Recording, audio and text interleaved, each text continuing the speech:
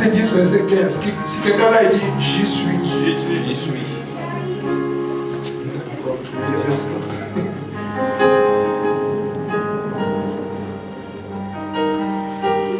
Ok, c'est bon. Je vais lire au nom de Jésus. Et pour la seconde fois, la voix se fit entendre à lui. Ce que Dieu a déclaré pur, ne le regarde pas comme souillé. Je vais prêcher un message qui s'intitule Les lois non écrites de Dieu. Nous allons prier le Seigneur.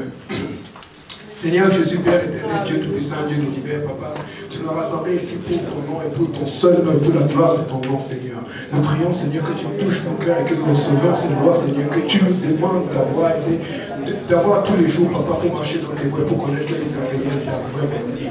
Nous prions que tu touches ce peuple, Papa, et que chacun d'entre nous sorte vraiment édifié, Papa, sorte bien nourri, Seigneur, que cette nourriture sert dès ce soir, Papa, que ce soit par nos appareils, dans notre maison, par l'évangélisation, que cette nourriture sert et qu'elle amène des âmes pour ce temps qui est très peu, qui est très court et qui reste, Seigneur, au nom de Jésus. Que tout le monde dise au nom de Jésus. En vous asseyant, est-ce que quelqu'un peut dire à son voisin, il faut qu'on parle?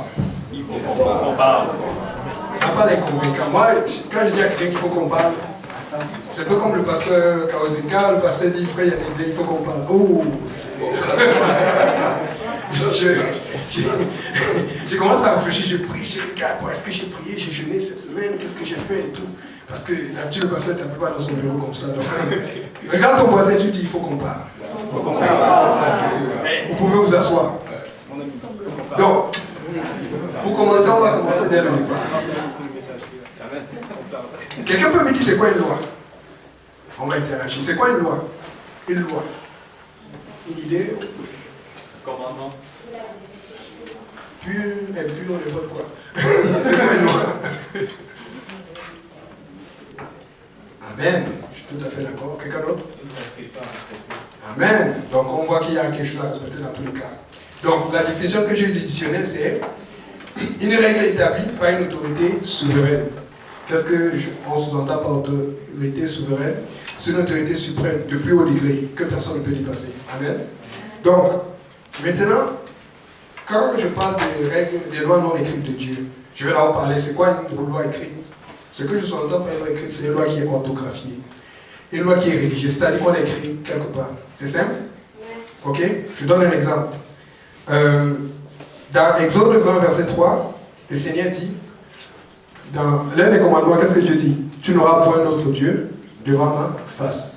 Dans les versions plus modernes, le français courant, ça veut dire tu n'adoreras pas d'autres dieux. Donc, tu ne peux adorer personne d'autre que Dieu. Amen? Amen. Donc, comment tu peux obéir à cette loi? C'est en adorant juste Dieu. Et j'ai un exemple. David a obéi à cette loi dans 2 Samuel 6, verset 14. On dit que David adorait le Seigneur de tout son cœur, de toutes ses forces. Maintenant, j'ai aussi un exemple où les gens n'ont pas oublié cette loi. Je suis tombé sur un truc bizarre. Vous allez voir. Vous savez que c'est la CAN 2015 en ce moment.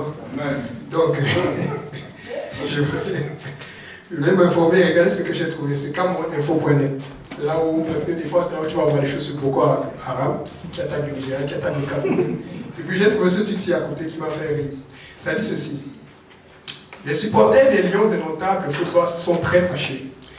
Ils ont manifesté leur mécontentement ce lundi matin pendant la session d'entraînement de l'équipe du Cameroun au stade de La Paz. Et pour cause, ils s'indignent du fait que les joueurs qu'ils ovationnent à chacune de leurs apparitions restent indifférents. Cette histoire ne date pas d'aujourd'hui. Samedi, à l'aéroport et puis à l'hôtel Sofitel, ils sont passés sans même lever la main pour saluer alors qu'on hurlait leur nom. Donc, ils sont fâchés parce qu'ils essaient d'adorer les idoles et chacun, on ne les regarde même pas. Moi, ça, c'est une désobéissance totale à Exode 20, verset 3. Moi, je suis dépassé. Les gens sont fâchés. Bon, le Seigneur qui a dit qu'on doit l'adorer tous les jours, là, vous voyez comment il peut se sentir quand on ne sait pas. Voilà les gens qui cherchent à adorer les gens du monde. Et les gens du monde ne veulent même pas. On a un Dieu qui demande qu'on l'adore. Amen. Donc ça, c'est un exemple de désobéissance de la loi. Maintenant, c'est quoi une loi non écrite? Je suis sûr que les gens se posent la question. C'est quoi cette affaire de non écrit là? On va aller clairement. La loi non écrite, c'est ce que j'ai lu dans Acte 10, verset 15. Ça disait, ce que Dieu a déclaré pur, ne le déclare pas impur. Maintenant, j'ai fait une recherche dans la Bible. Cherchez ce verset ou cette parole, ou juste un ajustement par rapport à cette parole. Tu ne trouves ça Nulle part. Vous savez pourquoi? Parce que la loi de Moïse, c'est Dieu qui l'a donnée. Et la loi de Moïse disait qu'on ne mange pas d'animaux impurs. Donc, comment ça, subitement, Dieu vient dire, ah, Pierre, tue et mange. Parce que Dieu, c'est lui qui a fait la loi. Mais maintenant, il faut comprendre pourquoi il a fait la loi. Amen. On va continuer. Dis à ton frère, dis à ton voisin qu'on y arrive. On y arrive. C'est bon. Maintenant, on connaissait Pierre. Pierre était considéré comme l'apôtre des Juifs. C'était un Juif pur sang. Et Paul était considéré comme l'apôtre des païens. Paul était juif et il était romain, citoyen romain, plus précisément. Donc, regardons un peu ce que la loi disait, au point où Pierre était tellement accroché à la loi, au point où Dieu vient lui dire, ce que Dieu a considéré puis ne déclare pas impur. Qu'est-ce qu'il faisait à ce qu'il soit sûr qu'il puisse, si je me permets de le dire, défier Dieu? Ah non Seigneur, je ne mange pas, alors que c'est Dieu, moi je suis dépassé, moi je veux que Dieu me parle. Si Dieu vient dire, Yannick, fais ceci, mets-toi à genoux, je vais le faire, parce que c'est Dieu qui me parle. Mais Dieu vient lui dire, fais cela, mais il va venir avec le passé. On va comprendre ce qui se passe. Regardons, lisons Exode 12, versets 43 à 44. L'Éternel dit à Moïse et à Aaron, voici une ordonnance au sujet de la Pâque. Aucun étranger n'en mangera. 44. Tu circonciras tout esclave à qui a pris d'argent, alors il en mangera. Ce qui veut dire que la Pâque était réservée juste pour les Juifs. Et la Pâque, c'est comme quoi aujourd'hui? C'est comme le salut pour nous. Mais pour pouvoir avoir ce salut, qu'est-ce qu'on fait? On doit être baptisé au nom de Jésus-Christ.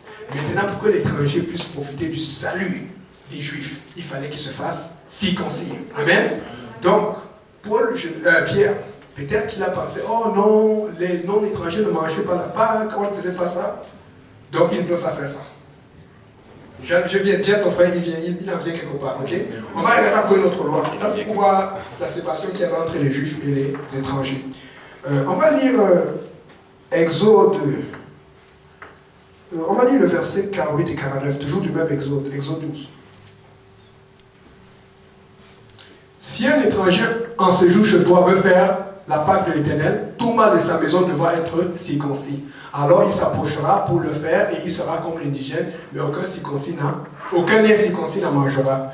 C'est-à-dire que si toi tu veux venir au salut et que tu n'es pas de J.P.N.I. ou l'apostolique, tu vas te circoncis, tu vas te baptiser et ta famille aussi. C'est pas que tu te baptises et puis la famille rentre. Amen. Tout le monde doit y passer. Donc on peut comprendre. Moi, ce que j'essaie de montrer, c'est que je peux comprendre pourquoi Paul était trop accroché à la loi. Mais on va regarder aussi quelque chose qui est très important. Lisons Lévitique 19, verset 33 à 34. Si un étranger vient séjourner avec vous dans votre pays, vous ne l'opprimerez pas. 34. Vous traiterez l'étranger en séjour parmi vous comme un indigène du milieu de vous. Vous l'aimerez comme vous-même, car vous avez été étranger dans le pays d'Égypte. Je suis l'Éternel, votre Dieu. Tu vois, moi, ce que je regarde ici, c'est une différence entre le caractère de l'Éternel et le caractère humain. Je dirais le caractère de Pierre. Le caractère de l'Éternel, c'est qu'il te donne une condition pour que tu rentres dans sa maison. Mais en même temps, il s'assure que tu sois dans les meilleures conditions pour que si tu ne veux pas rentrer, on s'occupe quand même de toi et on est juste avec toi. Mais ce n'est pas ce que les Juifs faisaient. Les Juifs, c'était comme où tu rentres ou tu ne rentres pas. Et c'est ce qu'on doit éviter souvent. Parce qu'on est souvent trop proche de la loi et on est souvent insensible à ce que ressentent les autres. Amen. Je vais continuer. Je vais lire l'histoire, je pense que beaucoup de gens le connaissent, mais on va la relire en entier. Lisons l'histoire qui arrive entre Pierre et Paul. Galates 2, versets 11 jusqu'à 14.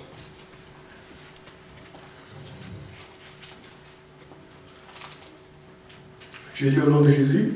Mais lorsque Céphas, ici il s'agit de Pierre, on l'appelle aussi Céphas, amen. Lorsque Céphas vint à Antioche, je lui résistais en face parce qu'il était répréhensible. Ici c'est Paul qui parle. Ok? Depuis quand un apôtre résiste à un autre apôtre? Waouh! Dans l'église? Ça c'est inquiétant ça. Continuons. En effet, avant l'arrivée de quelques personnes envoyées par Jacques, il mangeait avec les païens et quand elle fut venue, il s'esquiva et s'était en l'écart par crainte des circoncis. Les circoncis, on a parlé de ça, qui étaient juifs, tous les juifs devaient se circoncis. Donc, Paul faisait ce qu'on appelle l'hypocrite. Dis à ton voisin, ne sois pas hypocrite. Ne sois pas hypocrite. Ok. Maintenant, d'où vient que Pierre agissait comme ça? Premièrement, quand on a vu tout à l'heure, on a